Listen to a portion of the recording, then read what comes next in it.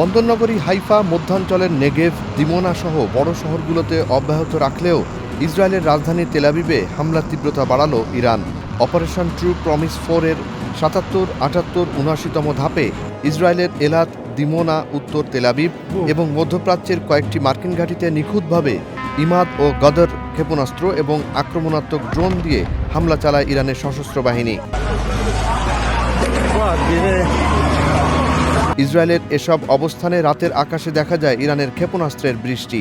ইরানি ক্ষেপণাস্ত্রগুলো ইসরায়েলের বিভিন্ন অঞ্চলে নির্দিষ্ট লক্ষ্যবস্তুতে আঘাত হানার মাধ্যমে দেশটির আকাশ প্রতিরক্ষা ব্যবস্থার ব্যর্থতা প্রমাণ করে।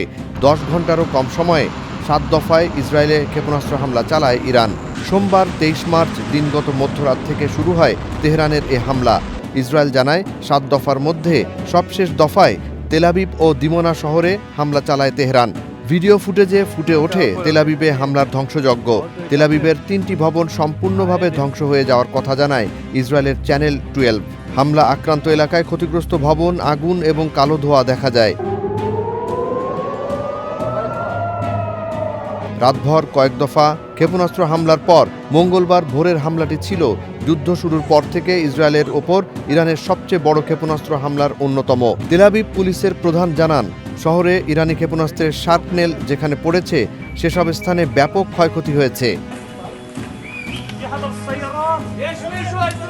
হিব্রু ভাষার দৈনিক ক্যালকালিস্ট জানায়, হাইফা উপসাগরের গুরুত্বপূর্ণ স্থাপনাগুলো ক্ষতিগ্রস্ত হওয়ায় ইসরায়েলের জ্বালানি খাতের কাঠামোগত দুর্বলতা স্পষ্ট হয়ে উঠেছে।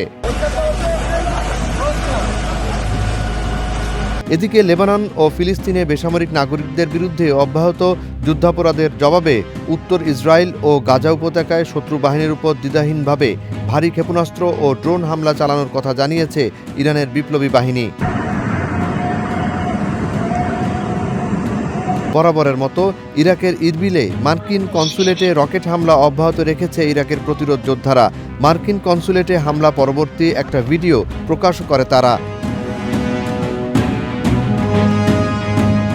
এদিকে ট্রাম্প ও নেতানিয়াহুকে হত্যায় $5 কোটি পুরস্কার ঘোষণা করেছে হ্যাকার গ্রুপ হানজালা।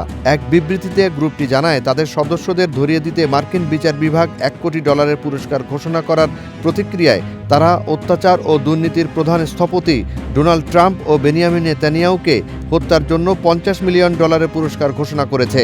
বিবৃতিতে আরও বলা হয়, যে কোনো ব্যক্তি বা গোষ্ঠী স্বৈরাচারের বিরুদ্ধে বাস্তব পদক্ষেপ নিলে এই পুরস্কার সরাসরি ও নিরাপদভাবে পৌঁছে দেওয়া হবে।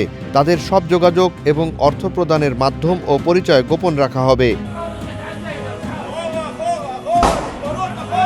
অন্যদিকে ইরানের বিরুদ্ধে চলমান সামরিক আগ্রাসনের দায়ভার প্রতিরক্ষামন্ত্রী পিটার হেগসেতের উপর চাপিয়ে দিয়েছেন মার্কিন প্রেসিডেন্ট ডোনাল্ড ট্রাম্প।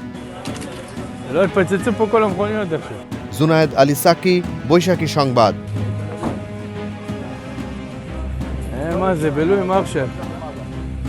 מחשב.